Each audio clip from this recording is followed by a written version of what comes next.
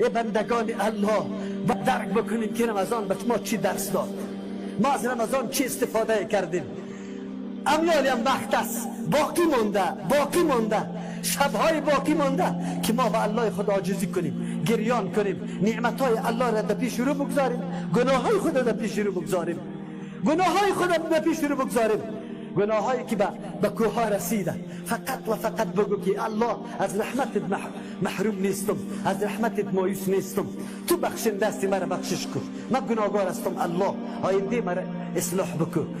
الله خواسته که بنده های خود به اشکال متنوع گناهش معاف بکنه و یارا مستحق جنت بگردانه. ولی تو بنده هستی که غافل هستی، تو بنده هستی که از اعلامی که الله میکنه خبر نداری. آیت برات خوندم، قل بگو ای رسول الله صلی الله علیه و سلم، یا عبادی الذین، ای بندگان ما، کدام مردم اسرفوا علی انفسهم، که زیادت کردن، از حد تجاوز کردن بالای نفسای خود.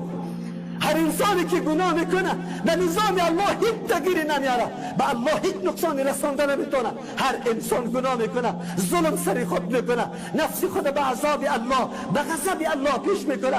ولی الله سبحانه و تعالی چقدر مهربان است، چقدر رحمان است. پیغمبر خدا میگه بگو به بندگان ما که گناه کرده، انواع گناه را کرده، لا تقنطوا من رحمت الله، از رحمت الله ناامید نشوی، مایوس نشوی. رحمت الله وسیع است. الله اکبر. الله لازم گرفته وسعت رحمت خدا، نوشته کرده رحمت خدا. بیایید در این روزا در وقت افطار دست بالا کن، گریان کن که یا الله اینقدر نعمتهای تو را من استفاده کردم اما شکر گزاری نتانستم. اینقدر لحظات ما در بهیدگی دیر شد، اینقدر لحظات ما در گناه دیر شد، اینقدر لحظات ما آزار و اذیت بود، دشنام بود، فقط نیت و اراده خراب داشتم. ای بنده گناهگار، تا کی از الله فرار میکنی؟ تا کی میگریزی؟ تا کی این قوت برای تو موجود است؟ تا کی این حیات و زندگی برات موجود است؟ برای تو در ذهن دیگه ساعت دیگه میمرم، فشارم بالا میره، ساعت دیگه تکر میکنم، ساعت دیگه سرطان میشم. به الله سبحانه و تعالی رفتنیستم. یا الله چی کردم؟ رمضان آمد، لحظات و نسیم توبه کردن بود. بنده چی کردی؟ بنده چقدر احساس پیدا کردی در رمضان؟ چقدر فهمیدی که شیطان از ما دور شده؟ چقدر فهمیدی که رحمت الله دروازش باز شده؟ چقدر احساس کردی که در این هر شب رمضان عتقا من النار است، مردمی است که از آتش آزاد کرده میشه. در ذهنت آمد که یا الله من در جمله امی عتقا شما هستم یا نه؟ نشوه که در او عتقا من نباشم. یک کم احساس برد آمده بود.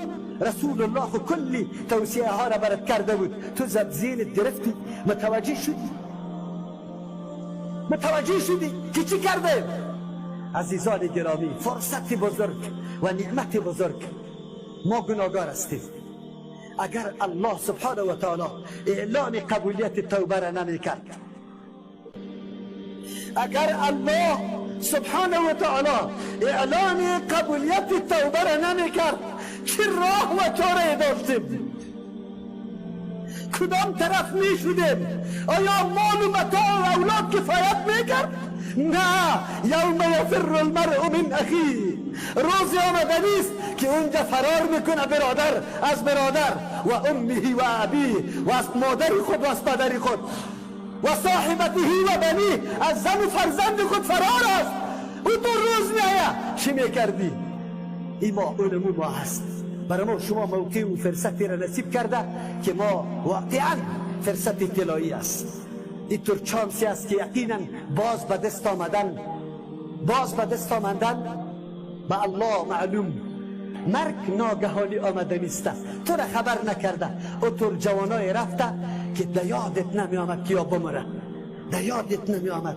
بیا یکم متوجه شویم، بجای از اینکه بحثای بیجا بکنیم، بجای از اینکه کلی عمر در اینترنت، بجای از اینکه اونجا دشنام به کسی بدیم، بیا رجوع به قرآن بکنیم. تلاوت قرآن بکنی، نماز بخوانی، بعد از اون دست دعایتان بالا بکنی، به همه مسلمانای مظلوم دعا بکنی، به اون مظلومایی که در زیر بمهاد این روزه خدا فقط به خون خود